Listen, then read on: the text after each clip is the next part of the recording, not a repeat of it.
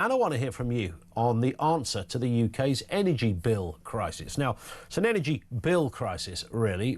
I don't think there's any similar size economy anywhere on planet Earth at the moment that has bills at the levels that we do. I wasn't joking when I said the kind of bill that people are paying is the sort of bill that resembled what a mortgage payment was like a few years ago. I know things change, and I understand the notion of inflation and the idea that, you know, things will be a bit more expensive now than 20 years ago. But nonetheless, the disproportionality of your energy bill when you're paying, I think the last time we talked about this, anywhere between 150 quid a month, 200, 300 pounds a month as well in some, just to heat your home. I remember my first house. I appreciate this was towards the end of the 90s, but nonetheless, that's half an hour ago in the grander scale.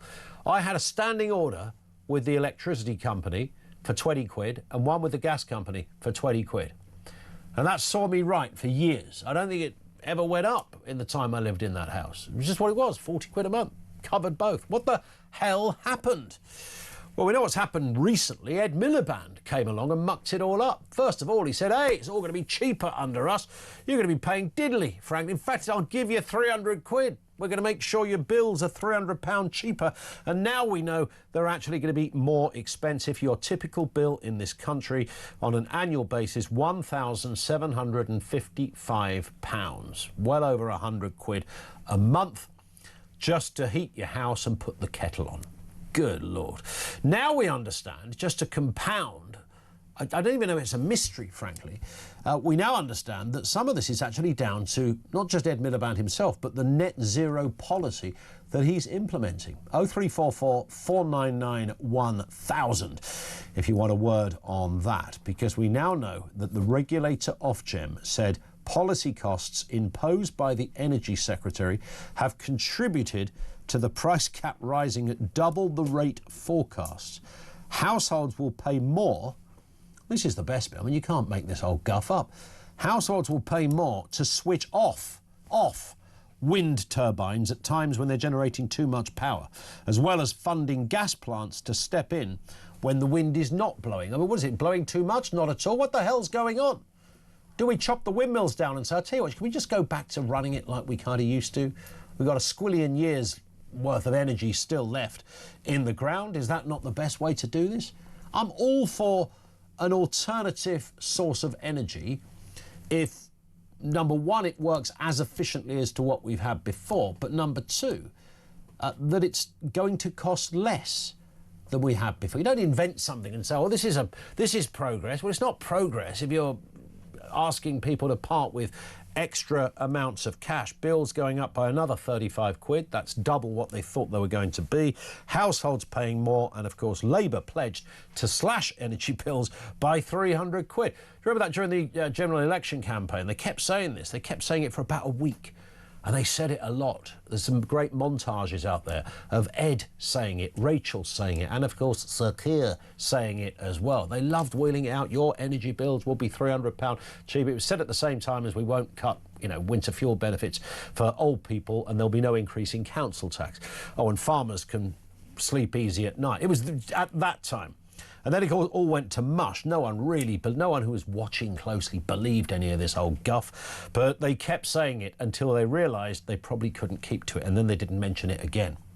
Shadow Energy Secretary Claire Coutinho said the latest increases were directly linked to Mr Miliband's controversial dash to decarbonise Britain's entire electricity supply in the next 48 months. Man alive, isn't that sort of thing that... But, you know, if you were reading this as a sort of student studying planet Earth and our infrastructure and our systems, how long would it change to decarbonise a country? You'd probably said, I don't know, 48 years maybe? Or half a century to get back to, or to get to a place? No, Ed wants to do it in 48 months. The man's a nut job. 0344 499 1000 is where you will find us. We're joined by the political strategist Peter Barnes, who's back with us in the studio. Peter, good to see you. Good to see you. How you doing? All good at this end. I mean, this is the... Well, let's start with good old Ed, of course. And this comes around because the regulator Ofgem has essentially sort of embarrassed the net zero secretary, highlighting how wind energy has sent energy costs spiralling. Let's just have a listen to the Energy Secretary, Ed Miliband, talking about cutting costs just a month ago? I'm trying to get lots of new ways that we can power our country, like solar power, wind power. What's good about that is it's good for tackling climate change because you're not burning fossil fuels, which is what helps cause climate change, but also you can get cheaper energy bills for people. Yeah. So you're trying to do both of those things together. You're trying to make things better now, and you're trying to protect against climate change. That's Ed Miliband addressing an audience of what look like 6-year-olds. Yeah, I have to admit, who were thinking, who the hell is this man that's come to our school? Exactly, they're probably smarter than he is at this point. I think so. When we look at the state of this stuff, it's absolutely... I often comment that he's probably one of the biggest national security risks we face as a country because of the decimation of our energy security policy. It is absolutely extraordinary.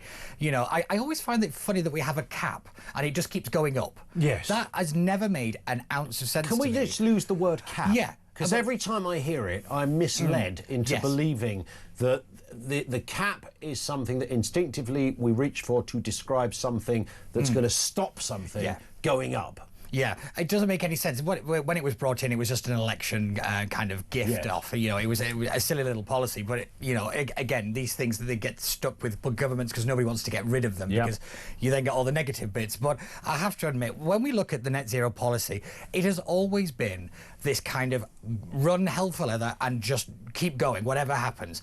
And, you know, the consequences be gone with. But it is really important now that we start to realise that this is actually having not just an economic effect, it's having a social effect where it is absolutely decimating this country. We will never have growth at this level of energy. Yeah. Like every civilization in history has never grown when its energy prices or energy kind of manufacturing is this expensive. Correct. It is absolutely astonishing to me that this government doesn't get it. But yet again, it's interesting. Within the Labour Party, there is this growing little group of the net zeroers. You know, they're becoming very powerful. It's got Sadiq Khan, Andy Burnham, Angela Rayner, Ed Miliband. You know, these are big figures playing within the Labour Party. And this stuff is now starting to be more politics. And it's, yet again, it's the taxpayer and, you know, the average man on the street that's paying the price for it. And it is quite the price these days. I think this is, you're right, Peter, when you said about it being politics. It's the ultimate go-to for left-wing thinkers. Yes. Because in order to, and I really believe it's as simple as I've said it for years, in order to be kind of left-wing, you've got to believe you have a kind of moral superiority on things, and you have to have an enemy. And the old Labour argument of working-class Labour has sort of been lost in the ether over the years. Blair kind of sorted that out and has never gone back, rightly so, to the old sort of industrial core of what it sort of stood for once upon a time. So what better totemic thing to have as your symbol of your northern star of all things to argue against than the destruction of planet Earth, and it's all down to humans. So it's the ultimate socialist statement. It really is. But I find it fascinating how it has become a religion. You know, it has its got its apostles, it's got its masters, it's got its you know, its pageantry and all, you know, and all the catastrophizing and everything that goes into it. It has really, I think it was Carl Jung that said, people don't have ideas, ideas have people. And net zero is a prime example of it. Yes. You know, you could get rid of Ed Miliband all you like, but there are other people within our establishment, within the system, that will continue to push this forward.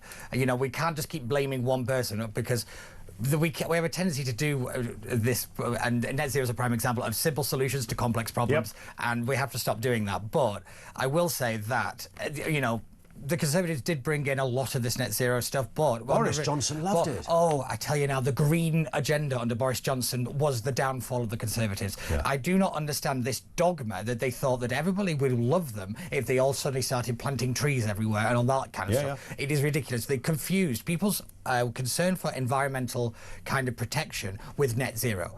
Those are two very different policy strands. So people want conservation, they want animal welfare, they want stuff like that. That's not net zero. Net zero has become the green agenda, and it kind of hijacked into it in the language, and people deliberately kind of infected into what was important work in conservation and things like that. But this net zero stuff, we've got to scrap it. We have decades of energy under our feet, and we refuse to do it because of a newt or some bat somewhere. And you know, I think it was HS2 was delayed, and it cost us billions because of a bat colony that was like 3 or 4 miles away from where it was going to be. It is the ridiculous stuff that is all wrapped up within this kind of net zero argument, because it's become a catch-all. Yeah. You know, like you say, it's net zero, saving the planet. Who's going to argue against saving the planet? You know, and unfortunately, as per usual, the left overplayed its hand, and again, it's just astronomical amounts of money. I cannot believe it's £1,755 is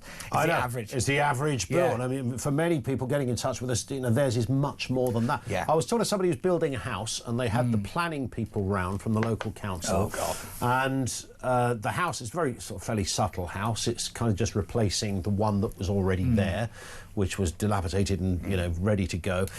So rebuilding a house in order to, you know, either rent it out or sell it on, whatever.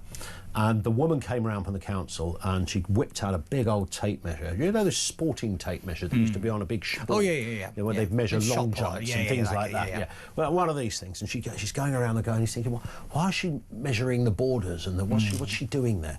And she was trying to get the proportionality of the building versus the garden. Right? Now, okay, you can't just stick a building in every garden. You've got to have some shrubbery, a bit of plumage. Yeah. You know, you've got to have decoration. got a little bit of that.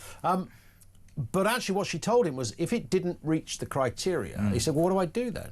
You know, I don't really want to build a smaller house. It's not that big anyway. And she said, oh, you have to buy a bit of land. Casually. Said, what? He said, yeah, there's a field over there. Most local authorities now have one. Whereas if you don't hit the criteria, they make it a bit like planting a tree if you fly too much. So you've got to buy a bit of land. Yeah, so you've got to buy like 4 foot square of land. Yeah, it's called carbon offsetting. 1,200 quid or something. Yeah, they've been at this for quite some time. Just a fine. Yeah. It is ridiculous. We will never move on as a country unless we actually reform the planning regulations here. It is absolutely, again, beyond stupid that we have so many like kind of hoops to jump through and red tape for the sake of red tape.